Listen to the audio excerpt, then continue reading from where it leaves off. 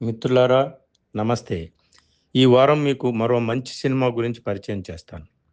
అదే 'తలై కూతల్'. గత ఏడాది థియేటర్స్‌లో వచ్చిన ఈ సినిమా ఇప్పుడు నెట్‌ఫ్లిక్స్‌లో మంచి రేటింగ్‌లో ఉంది. మంచి సినిమా కోసం 1000 కళ్ళతో ఆవురావురుమంటూ ఎదురు చూసేవారికి ఇది ఒక జీవితకాలపు ఆనందాన్నిచ్చే సినిమా. సామాజిక, ఆర్థిక, తాత్విక కోణాలలో కవితాత్మకంగా ఆవిష్కరించిన అద్భుత తమిళ మూవీ ఇది.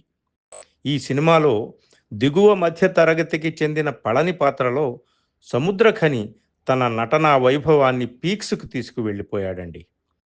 అతని తండ్రి ముత్తు యవ్వన కాలపు పాత్రలో కతీర్ ఒక అందమైన ప్రేమికుడిగా మన హృదయాలను తీయటి కలల కవ్వంతో గెలకొట్టేస్తాడు. ముత్తు ప్రేమికురాలు పేచి ఒక కింది కులపు అందమైన పాత్రలో కథానంది మన జ్ఞాపకాల తెర మీద ఎప్పుడూ కదులుతూనే ఉంటుంది. తలైకూతల్ అంటే తలారా స్నానం అని. ఇది తమిళనాడులో కొన్ని ప్రాంతాలలో బాగా వృద్ధాప్యంలో ఉండి మంచం పట్టిన పెద్దవాళ్లకు తలారా స్నానం పోయించి వారిని పైలోకాలకు పంపించే మెర్సీ కిల్లింగ్ లాంటిది. ఇది నోట మాట రాని వృద్ధులు కోరుకునే మెర్సీ కిల్లింగ్ కాదు.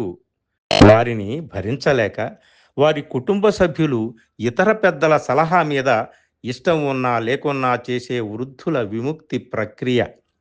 పళని పాత్రలో ఉన్న సముద్రఖని తండ్రి ముత్తు ఎంతో కాలంగా అపస్మారక స్థితిలో నోట మాట రాకుండా మంచం మీద ఉంటాడు. మంచం మీదే అన్ని పనులును. కొడుకుగా సముద్రఖని తన బాధ్యతను ఇష్టంగా నెరవేరుస్తూ తండ్రికి అన్ని పనులు చేస్తూ రోజు స్నానం చేయించి బట్టలు కట్టి మంచం మీద పడుకోబెట్టడం లాంటివి అన్నీ చూసుకుంటాడు. కానీ అతని భార్య అసలే సంసారం గడవని స్థితిలో ఈ ముసలోడికి రోజు ఈ సేవలెందుకు, ఇంత ఖర్చు దేనికి అని సతాయిస్తుంది.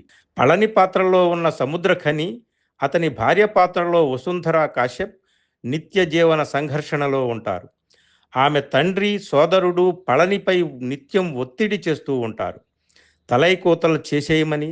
అంటే ఒక్క అవయం కాదు కదా, నోట మాట కూడా రాని మనిషి ఎందుకని అతన్ని వదిలించుకోమని వాళ్ళ ప్రయత్నం. సినిమా మొత్తం ఈ ఘర్షణలో నడుస్తుంటుంది. కొడుకు పాత్రలో సముద్రఖని తండ్రి పట్ల ప్రేమని ఆప్యాయతను చంపుకోలేక, భార్యని కూతురుని వదులుకోలేక, మామగారు పెట్టే ఒత్తిడి తట్టుకోలేక, తండ్రిని ఏమైనా బతికించుకోవాలన్న తాపత్రయాన్ని వీడలేక అనుక్షణం సతమతమవుతూ ఉంటాడు. సినిమా మొత్తం ఈ ఘర్షణతోనే నడిస్తే ఇది మామూలు సినిమా కోవలోకే వస్తుంది. దీని బ్యాక్ డ్రాప్లో ఒక ఫ్లాష్ బ్యాక్ నడుస్తూ ఉంటుంది. అది పళని తండ్రి ముత్తు యవ్వన కాలంలో ప్రేమలో పడిన వ్యవహారం. మంచం మీద కళ్ళు కూడా తెరవకుండా నోటి ద్వారా పానీయాన్ని శ్వాసను తీసుకుంటున్న ముసలి ముత్తు తన యవ్వనంలో జరిగిన ప్రేమ కథా సన్నివేశాలు తలచుకుంటూ ఉంటాడు. అమాయకురాలు అందమైన ఒక చాకలి అమ్మాయిని ప్రేమించినందుకు సమాజం అతని మీద నెత్తుటి కత్తులు దూసింది. ఈ ప్రేమ కథ ముగింపు ఏమిటి, ఏం జరిగి ఉంటుంది అనేది మనల్ని ఒకవైపు పట్టి పీడిస్తుండగా, మరోవైపు ముసలి తండ్రిని చంపకూడదని కాపాడుకోవాలన్న ఆశతో డాక్టర్ల దగ్గరికి, స్వామీజీల దగ్గరికి, దేవుళ్ళ దగ్గరికి ముసలి తండ్రిని తన చిన్న మోపెడ్ మీద వెనక కట్టుకొని తిరుగుతూ ఉన్న అమాయకపు కొడుకు పళని పాత్రలో సముద్రఖని మన హృదయాలను కన్నీటితో తడిపివేస్తూ ఉంటాడు. సినిమాలో పళని మిత్రుడుగా వేంబ పాత్రలో ఆడుకాలం మురుగుదాస్ మనల్ని ఒక తాత్విక ప్రాకృతిక సౌందర్యంలోకి లాక్కు వెళుతూ ఉంటాడు. అదొక అద్భుతమైన పాత్ర. ఇంతకీ తన ప్రేమ కథలో సమాజపు కులకట్టుబాట్లను ఎదుర్కొని ముత్తు విజయం సాధిస్తాడా, లేక విషాదపు చీకటిలో ఒంటరిగా బతుకు ఈడుస్తాడా? అతనికి కేవలం కొడుకు మాత్రమే ఎందుకు మిగిలి ఉన్నాడు? తన ప్రేమికురాలు ఏమైంది? తన కొడుకుకు తల్లి ఎవరు?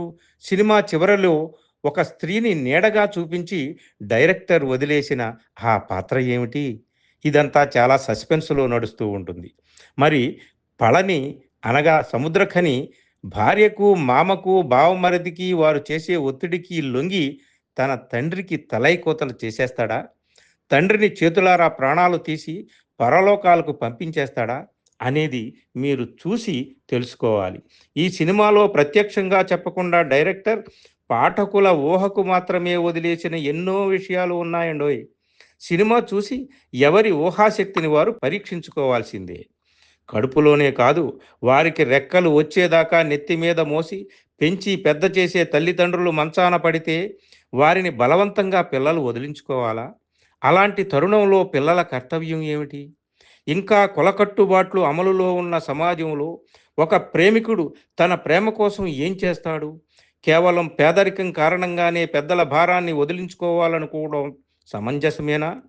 కూతురు సుఖం తప్ప కూతురి అత్తగారింట్లో పెద్దల గురించి పట్టించుకొని తల్లిదండ్రులను ఎలా అర్థం చేసుకోవాలి?